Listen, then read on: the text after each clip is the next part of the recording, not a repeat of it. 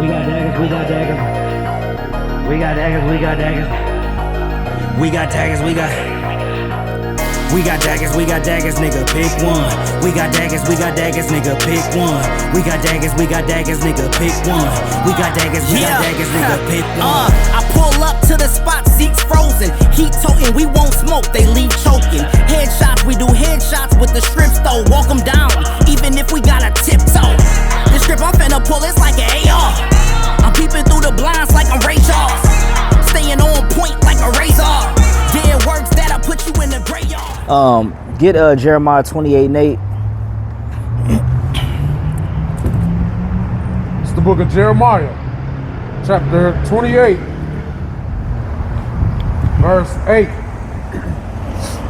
And it reads, the prophets that have been before me and before thee of old prophesied both against many countries. Against many countries doing what? And against great kingdoms. Uh-huh. Of war. Of what? And of war and of evil and of pestilence. So the prophets of old, they prophesied about against many countries of war, of evil, and pestilence. Those are different things that the prophets were speaking about. They were coming out here prophesying and letting the people know that destruction is coming and stuff like that. And as you can see, you know, it's cold out here, man. But we out here, in season and out of season. Somebody get Isaiah 56 and no, matter of fact, before you go to Isaiah 56, go to John 15, because there's been a lot of controversy behind us bringing out this to these, you know, new doctrine. You know what I'm saying? This new understanding. There's been a lot of controversy because we've been bringing out this new understanding and stuff like that, as far as like Gentile salvation and whatnot. So go to John 15 and 18. John 15 and 18. If the world hates you, you know that it hated me before it hated you. Mm-hmm. So if the world hates you, know that it hated me first. You know, before it hated you, hey, the world was look. The world already had a problem with Yahushua, man, because of the way that Yahushua was doing what he was doing. He was bringing out the truth. They was mad because he was testifying of the truth. And as a result of him testifying of the truth, it caused the world to hate Yahushua. So what would you imagine to happen to us? You know what I'm saying? For bringing out the truth. You know, Yahushua didn't just have, you know, this person wanted to kill him or this person wanted to take him out. He had everybody wanting to take him out, man. All because he was bringing out the truth. And that's the same thing, man. Go ahead. Matter of fact, continue down that chapter. Verse 19. If ye were of the world would love his own. So if we was of the world would love us.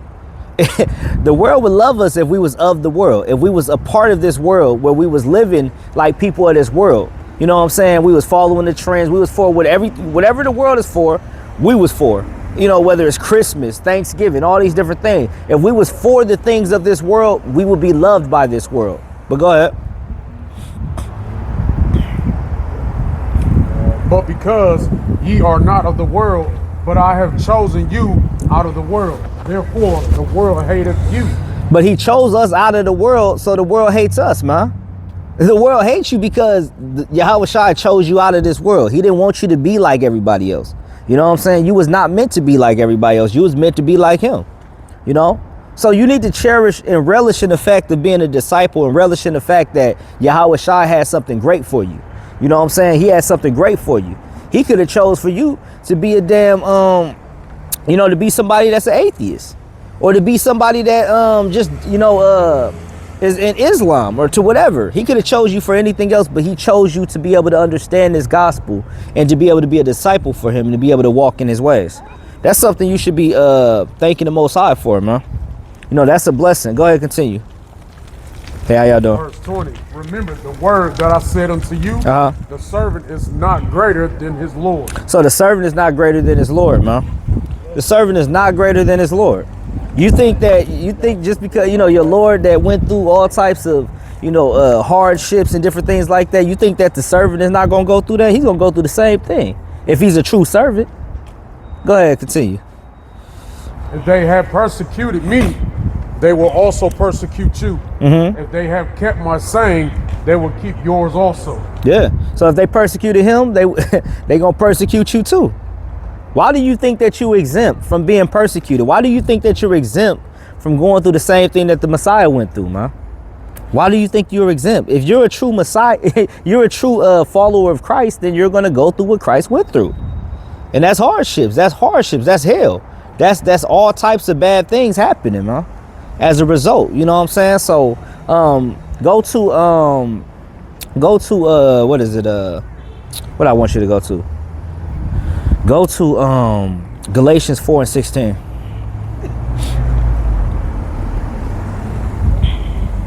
After you go there, go to Amos 5:10 after Galatians 4:16. Galatians 4:16. Am I therefore become your enemy because I tell you the truth?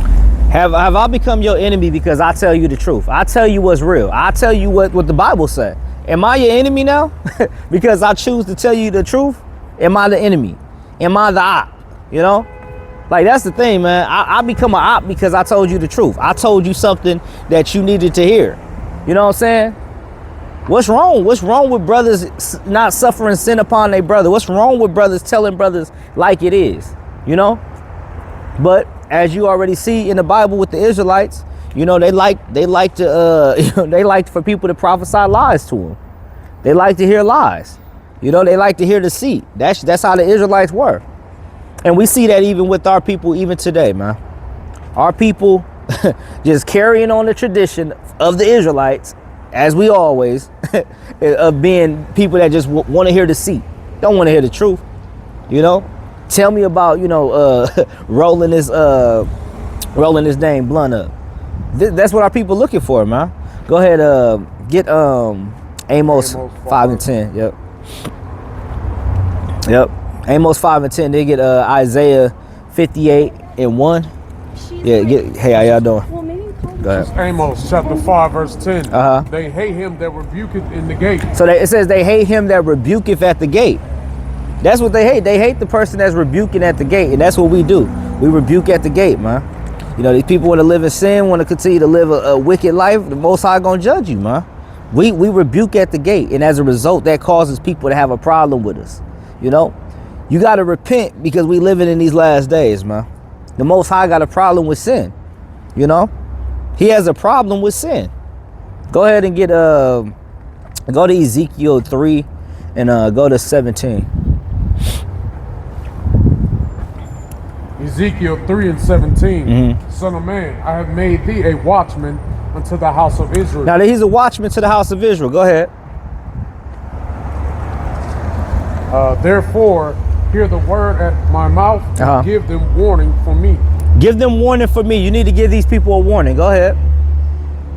When I say unto the wicked, thou shalt surely die, and thou givest him not warning, nor speakest to warn the wicked from his wicked way, to save his life. The same wicked man shall die in his iniquity, but his blood will I require at thine hand. Why is he requiring the blood at the hands of Ezekiel? Because he was to be a watchman. He was to be a watchman. He was to go give them a message. And if they chose, you know, he was to give them a message, but he chose not to give them a message. As a result, they ended up dying in their sin. And as a result, Ezekiel got dealt with for that. But go ahead, continue.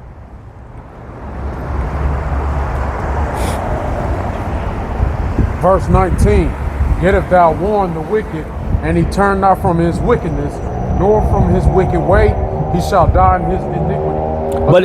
So if you warn the wicked, and he chooses not to turn from his wicked ways, what's going to happen is what? He going to die in his iniquity. Go ahead.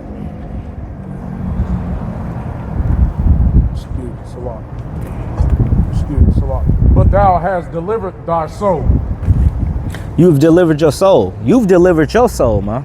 So the Most High, he got a problem with wickedness, man. He has a problem with wickedness. Go to Isaiah 48 and 22.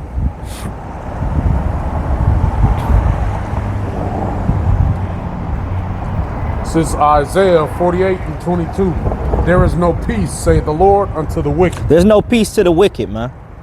You want to be wicked in these last days, guess what? You're going to get a horrendous judgment.